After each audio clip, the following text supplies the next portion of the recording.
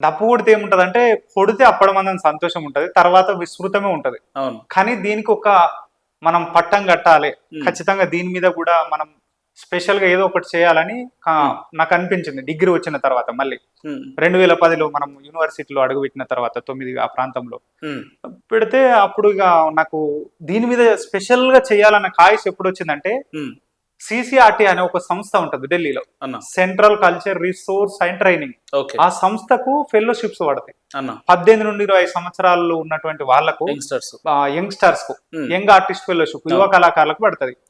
ఆ పడ్డప్పుడు దీని నామ్స్ గానీ ఇవి కానీ నాకు తెలియదు వాస్తవానికి. కానీ మన సుక్క సత్య తాతమ్మడు డాక్టర్ ఒగ్గు రవణ, ఉస్తాద్ ఒగ్గు రవణ అప్లై చేసిండు నాది. అంటే మేము ఈవెంట్స్ చేసినప్పుడు కానీ. అంటే అప్పటికి మీకు ఇంట్రెస్ట్ ఉంది? ఇంట్రెస్ట్ ఉంది. మేము ఆర్ట్స్ కాలేజీలో 2010లో అప్పుడు మల్లేశన్ సార్ ప్రిన్సిపాల్ ఉండే, హిస్టరీ మీద సెమినార్ జరిగితే రవణ సుఖ సత్య తాత వాళ్ళిద్దరు, రవణ మన వేషధారణ వేసి ఒగ్గు వేషధారణ, పోతురాజు వేషధారణ అట్లా వేసి తన ప్రదర్శన చేసిండు. నేనేమో డప్పు చేసిన. అప్పుడు తమ్ముడు నువ్వు చేస్తే ఫ్యూచర్ లో దీని మీదనే చేయాలరా, నేను ఒగ్గు కథలు వస్తున్నా, నీ హ్యాండ్స్ గానీ నీ చెయ్యి గాని చాలా మంచిగా ఉంది తమ్ముడు అని అప్పటికి లిటరేచర్ రాస్తున్నాను తెలుసు అన్నకు. కాబట్టి అన్న చెప్పడం వల్ల పృథ్వీరాజ్ అన్న, ముక్క రమేష్ అన్న, వీళ్ళు ముగ్గురు ఒక నెల రోజుల క్రమంలో నువ్వు దాన్ని లిటరేచర్ వదిలేసి ఇటు సైడ్ పోవాలంటే నాకు కూడా అది మంచిదే కదా అని చెప్పినాం. ఇటు సైడ్ వచ్చే క్రమంలోనే ఫెలోషిప్ అప్లికేషన్ ఢిల్లీకి వచ్చింది. ఇంటర్వ్యూకి పోయినాం. ఇంటర్వ్యూ సక్సెస్ అయినాం. దేశంలో మొట్టమొదటిసారిగా డప్పుకు ఫస్ట్ అదే ఫెలోషిప్. అప్పట్లోనే నాకు 1,30,000 రూపాయలు వచ్చింది 2010లో. 2010 నుండి 13 ఆ మధ్యలో దాని పీరియడ్ ఉంటుంది, ఒక 2 సంవత్సరాలు 2.5 సంవత్సరాలు ఉంటుంది. మంత్లీ 6 months కి ఒకసారి మనం రిపోర్ట్ చేయాలి, ఏం పని చేస్తున్నావు ఏందని, ఎంతవరకు వచ్చిందని, ఎంత వరకు నేర్చున్నావు అని. ఇక అప్పటి నుంచి నాకు బాగా డప్పు మీద పిహెచ్డి చేయాలా అని డిగ్రీలో ఉన్నప్పటి నుంచే దీన్ని నేను డ్రీమ్ గా సెలెక్ట్ చేసుకున్నా. అట్లా చేసుకున్నప్పుడు డిఫరెంట్ ఉండాలి కదా, అందరు కొడతారు నువ్వు కొడతావు, కానీ తేడా ఏముంటదని మళ్ళా మా గురువు స్వర్గీయ కుంపటి సూర్యభవంతరావు సారు, ఆ సార్ దగ్గర డప్పు మీద జతులను నేర్చుకున్నా. ఆ జతులను మనం చేసే కళా ప్రదర్శన ఈ రెండింటిని జోడించి ఇప్పుడు మోడర్న్ ఇప్పుడు ఉన్న దానికి ధీటుగా మనం దాన్ని డెవలప్ చేసుకున్నాం. అట్లా మనం సక్సెస్ పెరిగింది కదా, అట్లా సక్సెస్ అవుతున్నాం. అట్లా దీని మీద మనం పరిశోధన చేస్తాం. డీజేలు అని సౌండ్ సిస్టమ్ అని వాటికి ధీటుగా మనం ఒక 10 మంది 4 చేతులు కలిసిన వాళ్ళు ఉన్నారు అనుకో, ఇప్పుడు నువ్వు ఒక పెద్ద ర్యాక్ స్టార్ బ్యాండ్ ఉంటది, డిఫరెంట్ గా మనం కూడా కొట్టచ్చు డిఫరెంట్ బీట్స్ ను. నేను ఒకటి కొట్టి తర్వాత పైకి తీసుకుపోయి తారస్థాయికి తీసుకుపోయి నేను చేంజ్ చేయగానే ఒక జుగల్ బంది టైప్ లా అట్లా చేస్తా అనుకున్నాం. చేసినాం కూడా ప్రయోగికంగా సక్సెస్ అయినాం. అందుకోసమే దీన్ని పట్టుకొని నేను వెళ్ళిపోతున్నా. దీనికంటే ఒక గుర్తింపు తేవాలన్న. డప్పు మీద పిహెచ్డి చేసిన వ్యక్తిగా అసలు ఈ డప్పు అనేది ఎట్లా మొదలైందని, ఈ డప్పు సంస్కృతి మనకి ఎట్లా అలవాటు అయిందంటే ఏం చెప్తాడు? డప్పు సంస్కృతి అంటే ఇప్పుడు ఆదిమ కాలం నుండి మొట్టమొదటిగా మానవుడు ఎప్పుడైతే అంటే జంతువుల నుండి, చింపాంజీ నుండి ఇట్లా మనం చదువుకున్న చరిత్ర ఉన్నది కదా, ఆదిమ కాలం నుండి మొదలైన ఈ చరిత్రలో భాగంగా మొట్టమొదటిగా తనను రక్షించుకోవడానికి ఉపయోగపడ్డది డప్పు. క్రూర మృగాల నుండి, అంటే ఒక అడవిలా ఒక చచ్చిపోయింది అప్పుడున్న కాలంలో ఒక బర్రెను లేకపోతే జంతువు చచ్చిపోయింది. ఈ ఆది మానవుడు ఆ దారి గుండా పోతా ఉండు, ఎండిపోయింది, ఎండకు తడిసిపోయింది, మళ్ళా మంచి ఎండకు ఎండిపోయి కనకనం అంటుంది. అది ఎట్లా అంటుందంటే ఈయన అడుగు ఆ రాయి మీద పడ్డది, రాయి పోయి డప్పు మీద ఈ చనిపోయినటువంటి కబేల మీద పడ్డది, ధమ్ అనే శబ్దం వచ్చింది. ఇంకోసారి రాయి వేసాడు, డమ్ అంటున్నాయి, కూరమ్మగలుగుతుంది. దాన్ని మెల్లగా తనకున్న పరిజ్ఞానంతో అప్పుడున్న పరిస్థితులలో కర్రతోటో దేనితోటో పోసుకొని ఆ వెసులుబాటును బట్టి కొట్టిండు. కొట్టగానే పరిగెత్తుతున్నాయన్ని కురముగాలు, చలో ఇది నాకు బాగుంది ఒక వెపన్లే గాని అట్లా మొదలైంది. ఇంకొక రకంగా తీసుకుంటే జాంబవంతుడు, ఎవరైతే ఈ దేశంలో మొట్టమొదటి పుట్టిన పురుషుడు అనుకుంటామో జాంబవంతుడు, తనే ఒక అవతార పురుషుడు, తనే ఈ సమాజాన్ని సృష్టించిన వాడు. కాబట్టి ఆయన ఒక సమాజాన్ని నిర్మించడం కోసం ఒక శక్తిని తయారు చేసాడు, దాని పేరే ఆదిశక్తి.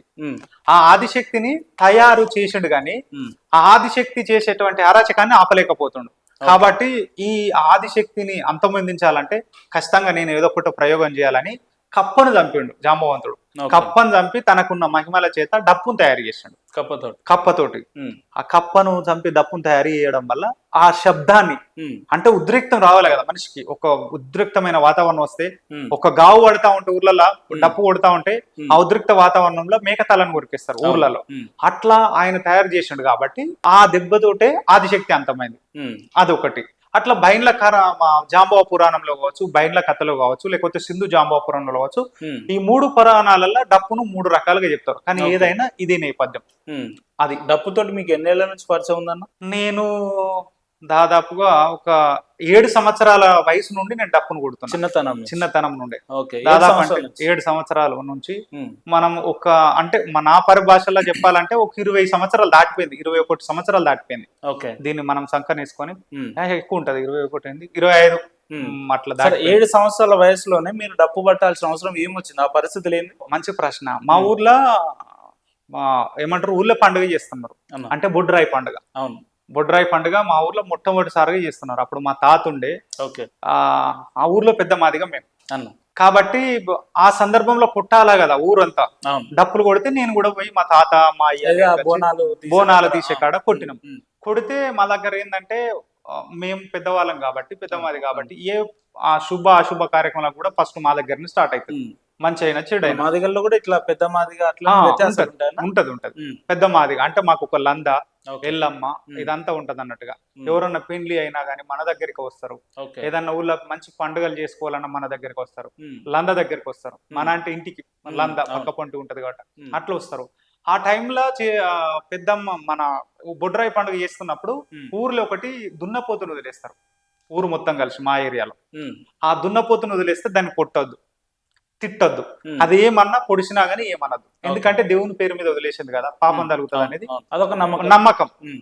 ఆ వదిలేసిన క్రమంలో దాదాపుగా మళ్ళా దున్నపోతును కూడా ఓవలు కోయాలంటే పెద్ద మాదిగానే కోయాలి. అట్లా ఆ కోస్తున్నప్పుడు మా తాత మా అయ్య కోసి పర్టికులర్ గా మీరు ఉంటేనే కోస్తారు, వేరే వాళ్ళు కొయ్యరు, పెద్ద మాదిగానే కోస్తారు. ఆ దున్నపోతును కూడా ఒక తలవారును ఒక దెబ్బకు నరకాలి, లేకపోతే 2 దెబ్బలలో నరకేయాలి తలను, మొండాన్ని. అట్లా నరికేసారు మా తాత మా ఆచారాలు. అట్లా నరికేసినప్పుడు కూడా ఒక్క కుటుంబమే దాన్ని ఊరవతల పడేయాలి మళ్ళా. అప్పుడు నేను చాలా బచ్చగాడిని. అట్లా మా తాత మా అయ్య మా చిన్నాయన మా వాళ్ళు అందరు కలిసి తీసుకుపోతారు. కానీ తీసుకుపోవాలంటే సప్పుడు కావాలి కదా, ఆ డప్పు కొట్టింది నేను. అప్పటి నుండి స్టార్ట్ అయింది ఇది. అట్లా అది ఇక ఈ డప్పు కొట్టాలని నేర్పించి నాన్నగారు తాతగారు వారసత్వంగా వస్తున్నది. అప్పుడు స్టార్ట్ అయింది, ఇప్పటికి నడుస్తూనే ఉంది. మొదటిసారిగా వాయించినప్పుడు ఏమనిపించింది అంటే ఊర్లో మీరు మీకు అవగాహన ఉన్నప్పుడు వాయించినప్పుడు ఏమనిపించింది? పబ్లిక్ లో గానీ లేదంటే ప్రజలలో వాయిస్తున్నప్పుడు ఏమనిపిస్తుంది అంటే ఊళ్ళలో సాటింపుకు ఎక్కువ వాడతారు. సాటింపు ఏదన్నా మంచి గ్రామ పంచాయతీ అట్లా బజార్లో పెట్టేద్దరు, వినికేంద్ర చదువుకోక ఇప్పుడే ఇట్లా అది చేస్తున్నాడు వీడు, అవసరమా అని కూడా అన్నవాళ్ళు ఉన్నారు. కానీ ఎందుకు మనం 8:30కు బడి స్టార్ట్ అవుతుంది కదా, 8:30 లోపు ఎవరైనా అధికారులు వస్తే కూడా అప్పటికప్పుడు పోయి సైకిల్ మీద ఊరంతా స్టార్టింగ్ చేసి మళ్ళీ బడికి పోయిన సందర్భాలు ఉన్నాయి. అట్లా స్కూల్ పోయే టైంలో కూడా ఎవరైనా వస్తే అట్లా చేసే సందర్భాలు చాలా ఉన్నాయి. మా ఫంక్షన్స్ కు ఒకవేళ నెల రోజులలో 10 మంది వాళ్ళని అధికారులు వచ్చారు అనుకో, లేకపోతే మిరపకాయలు లేకపోతే చీరలు ఏమైనా వచ్చినా గానీ ఊర్లకు, వాటన్నిటిని మనం వచ్చినాయని ఇంట్లో తెలుస్తుంది, మనం సాటింపు చేస్తేనే తెలుస్తుంది. కాబట్టి వాటిని నేను సాటింపు చేస్తే అందరు తీసుకొని పోయేది. అట్లా వచ్చిన వాళ్ళు కూడా నాకే చెప్పేది. అట్లా అప్పటి నుండి స్టార్ట్ అయింది. 7-8 ఏళ్లలో డప్పు వాయించిన అందే భాస్కర్ అన్న ఈ రోజు ఈ రకంగా ఒక అవార్డు గ్రహించి ఇట్లా ప్రపంచానికి మంచి ఆదర్శంగా నిలుస్తాడని ఆ రోజు అనిపించింది అన్న? ఎట్లా అనిపించింది? బాల్యం చెప్పలేం. మాది ఏమంటారు కదా, బండ్లు పోయి ఓడలు కావచ్చు, ఓడలు పోయి బండ్లు కావచ్చు. ఎవరి దగ్గర ఏ క్రియేటివిటీ ఏ టాలెంట్ ఉందో మనం అంచనా వేయలేం. మనుషులం. ఉదాహరణకు మనకు చాలా మంది చెప్తారు, అరే కనీసం సముద్రం లోతన తెలుసుకోవచ్చు కానీ మనిషి లోతును తెలుసుకోలేము అంటారు. నిజం.